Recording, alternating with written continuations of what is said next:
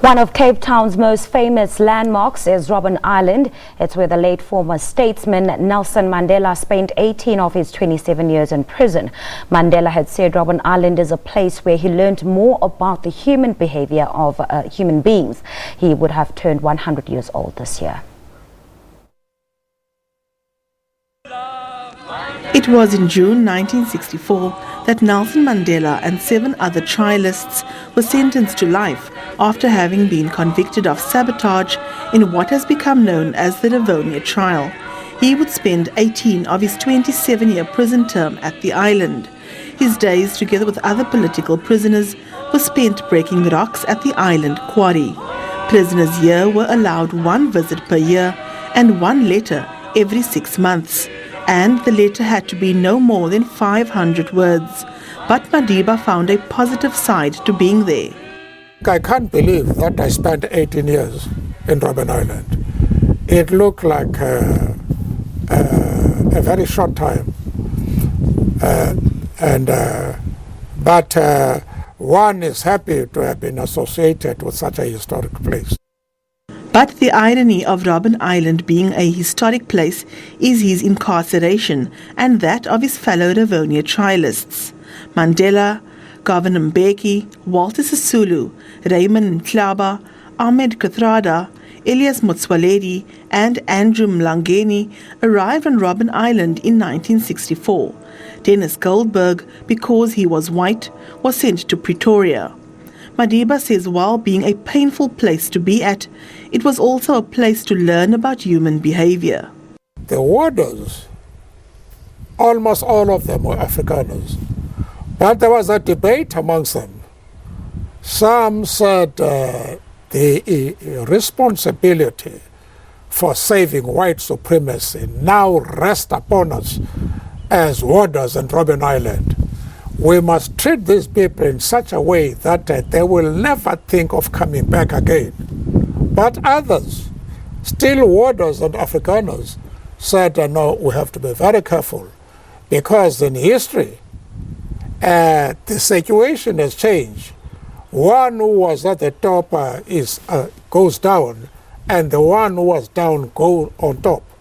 Let us treat these people properly, nicely, so that if they take over, they should also give us the same treatment. Some, of course, treated us badly because they believed that was the only way of getting promotion. But there were those, as I have said, who argued that let us treat these people as human beings, so that if there are changes, they should also give us the same treatment. He was released from prison after 27 years, not bitter against his jailers. If you're a nation builder, it doesn't pay to be angry. If you are angry because you want to change your country from one which is reactionary to one that is progressive, you will know what attitude to adopt towards the men around you and towards the country as a whole. No useful purpose is served by a nation builder or one who wants to be a nation builder by destroying or by being angry. You can be angry against ill treatment, but what must dominate you is the idea of serving all South Africans and making your country part of the modern world. Together with the private sector, Mandela had embarked on a school building project for rural schools. At his 87th birthday, he was asked if he intends to slow down. Almost everybody who is the nation builder wants to be associated with a program which is going to uplift his people. And it's something, when you wake up, you are looking forward to doing something progressive and beneficial at your people, especially in a country such as ours, which is ravaged by poverty, terminal diseases, lack of education. you do want to contribute towards the solution of those problems. If you are thinking of yourself only, you can never go very far. But if you are thinking of linking up your own activities with those of others, then collective action is the sure way of getting you to achieve something, to solve problems, and to be able to mobilize people.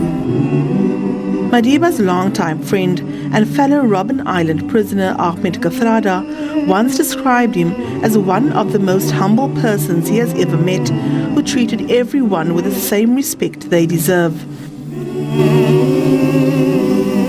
Mr. President, I hand this flame of freedom to you. You are the only person in this country who should receive this flame and to keep it burning and to pass it to the younger generation. Berenice Moss, SABC News, Cape Town.